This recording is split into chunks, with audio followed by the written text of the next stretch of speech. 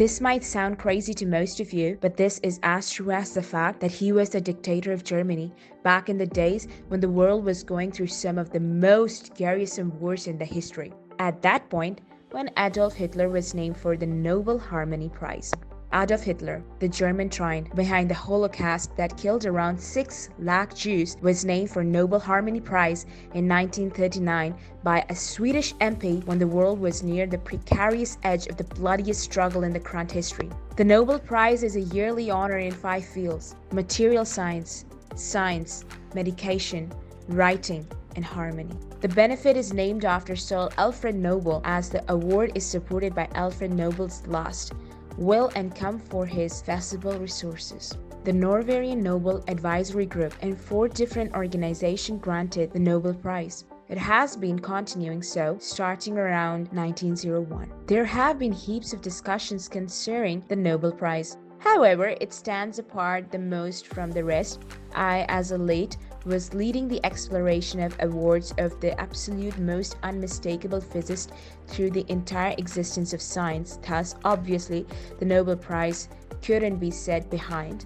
During this time, I went over how the German tyrant Adolf Hitler was once selected for the respectable award in 1939 for harmony. Hitler was the despot for Germany for more than 10 years until his passing in 1945.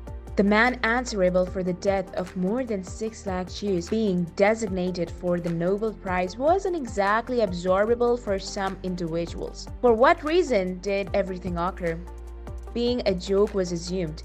A Swedish parliamentarian named E.G.C. Brandt Experience assigned Hitler the Harmony Prize in 1939. While this was entirely expected to be viewed as a joke, in a real sense, none accepted it as thus.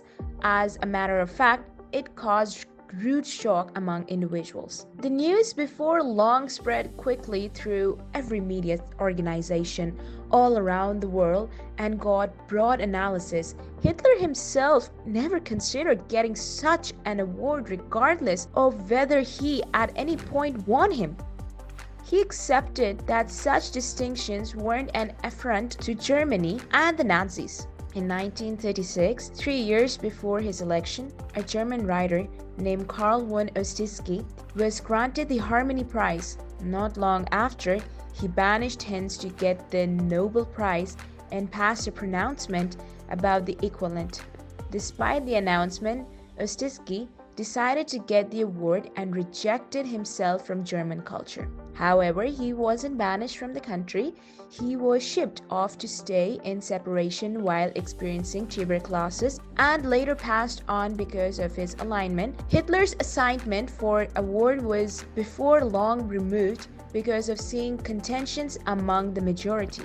Before long, Brandt conveyed a message expressing that he was an enemy of extremists and did as such with goal of generally good analysis contrary to the standard of German chief. While this was exceptionally fascinating to ponder, did you likewise realize that Joseph Stalin was additionally designated for Nobel Harmony Prize 2 times in 1944 and 1945 with no satiric expectation? The historical backdrop of Erich Bandit's designation of Adolf Hitler thoroughly demonstrates how the selection of disputable up-and-comers can prompt intense discussion and how risky it could be to involve incongruity in a warm political setting.